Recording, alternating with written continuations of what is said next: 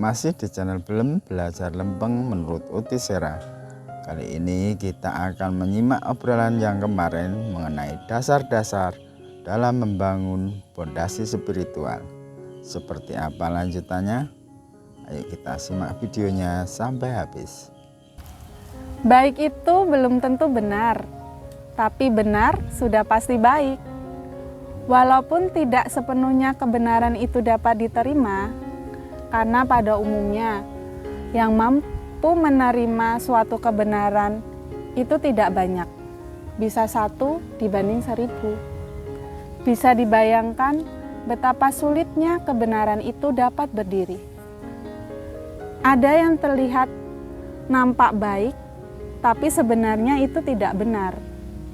Ini biasanya tertutupi karena tujuannya membantu atau menolong. Hidup adalah pilihan, mau memilih kebaikan apa kebenaran, apa mau memilih kedua-duanya. Bagaimana menurut Mas Aan? Saya setuju, Mbak. Kita di sini membahas tentang spiritual, yang tujuannya untuk mencari sesuatu tentang kebenaran atau tentang pemahaman yang benar. Saya berada di sini, ya itu pilihan saya. Walaupun itu beresiko maupun ya banyak hambatan, tetapi karena saya ingin mengetahui suatu kebenaran-kebenaran yang tersembunyi, yang dianggap itu sebuah misteri gitu. Baik Mas, kali ini kita kan akan sharing mengenai dunia klinik ya. Dunia klinik emang sangat menarik untuk disaringkan. Dunia klinik ini emang udah umum lah atau lumrah. Coba desain Mas, katanya dahulu Mas Aan kan pemakai dan pengkonsumsi dan juga kolektor benda-benda yang berbau klinik dan bisa mendapatkan manfaat dari apa yang Mas Aan miliki. Oh iya Mbak, oke. Dulu ya Mbak ya, waktu saya masih imut-imut. Amit-amit ya Mas. Bener Mbak, waktu saya segini. Itu wajah saya itu penuh dengan lukisan cinta loh, banyak. Banyak bibir ibu-ibu pada nempel, ada yang di hidung juga. Mungkin karena cinta atau gemes ya. Tapi setelah saya dewasa, kok nggak ada yang mau melukis wajah saya dengan lukisan cinta itu. Terus akhirnya waktu saya masuk SMA ya Mbak, dan kalau cara cewek-cewek itu cara melihatnya itu tidak salah ya. Sebenarnya waktu itu saya juga pas imut-imutnya itu. Oh gitu ya Mas. Tapi kok ya nggak punya pacar juga itu loh. Akhirnya saya ya berpikir sih, bagaimana sih caranya supaya saya bisa menarik hati setiap gadis idaman gitu loh. Oh iya. Nah, dari situlah Mbak saya mulai mengenal yang namanya dunia klinik. Saya dulu itu suka berpuasa ya, puasa 1 hari 1 malam, bahkan malah 3 hari 3 malam saya juga pernah ya. Akhirnya saya untuk memiliki ya mantra-mantra atau rapalan itu Mbak, dan akhirnya ya banyak sekali yang saya miliki itu. Terus saya juga mencoba 2 kali dan ternyata itu bisa itu. Padahal dulunya dia itu datang ke rumah ya. Apa ya Mas? Datang ke rumah sendiri. Padahal dulunya itu dia menolak cinta saya. Oh iya. Nah, gitu. Manjur juga ya Mas Iya, ya. ampuh kan. Nah, terus saya lulus dari SMA, saya kan lanjut kuliah ya. Saya mulai masuk lebih dalam ke dunia itu ya. Saya di situ mulai mengenal yang namanya benda-benda atau yang berbau klenik itu ya. Dulu saya itu dikasih apa ya, bungkusan mori atau kain kafan ya. Dari katanya sih ini buat jaga tubuh gitu. Untuk penjagaan lah katanya. Oke. Pas waktu saya pakai itu ya Mbak, pas saya itu pakai terus saya itu mengalami kecelakaan ya. Saya terlempar jauh loh Mbak, sampai tergulung-gulung. Tapi ya saya cuma lecet di sini. Cuma lecet, terus saya kasih bensin, udah besok kering, sembuh gitu loh. Wah, ternyata kebal juga ya. Saya kan mulai semakin tertarik ya, semakin tertarik. Asik juga ini. Saya masuk lebih dalam lagi, akhirnya saya nyari sendiri gitu loh. Ngambil benda-benda itu. Malah bahkan justru ada yang kadang datang sendiri gitu. Akhirnya ya banyak sekali koleksi saya itu ya. Ya ake, ya tombak, ya si kuning dan sebagainya ya. Ya itulah Mbak, banyak sekali. Semua yang saya miliki itu Mbak, baik mantra-mantra, rapalan, air putih dan benda-benda itu kan membantu saya, menolong saya itu loh. Ternyata itu tidak cuma-cuma atau gratis.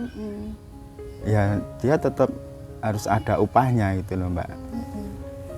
Padahal walaupun walaupun saya itu tidak melakukan perjanjian ya, tapi memang itu harus ada upahnya gitu loh. Kamu pakai ya kamu harus bayar gitu. Dan itu tidak ada yang diketahui oleh semuanya. Semuanya belum tentu mengetahuinya. Itu memang secara otomatis ya Mbak. Itu tadi ya, bahwa kamu pakai ya kamu pakai, kamu harus bayar gitu loh Mbak. Dan upahnya itu, mau tahu Mbak upahnya itu apa? Apa upahnya Mas? Saya lanjutkan ya, kisah saya ya. Dulu Uti Sera itu tahu kalau yang membantu saya itu ya, yang menolong saya itu mau mengambil upahnya gitu loh. Tapi kan Uti Sera nggak berani langsung ngomong ke saya ya, secara langsung ya. Karena saya itu udah masuk gitu dalam situ ya, ke dunia klinik itu ya. Ya untungnya saya itu punya om atau Pak Lek lah ya, bahasa zamannya Pak Lek, bapak cilik ya, yang ikut Uti Sera. Dia itu setiap ketemu dengan saya itu selalu ngomong, An, apa om? Allah itu maha pencemburu loh, jangan kamu duakan. Itu setiap saya ketemu dengan om saya itu selalu ngomong gitu. Saya kan terus berpikir, ada apa? Kenapa om saya kok selalu ngomong itu gitu loh. Dan akhirnya ya udah terjawab sudah pertanyaan saya kesetrum. Dan ini jempol ini dulunya tinggal separuh ini ya. Tapi ya untung masih kembali walaupun nggak sempurna gitu loh. Dada ini juga terbakar juga. Itu.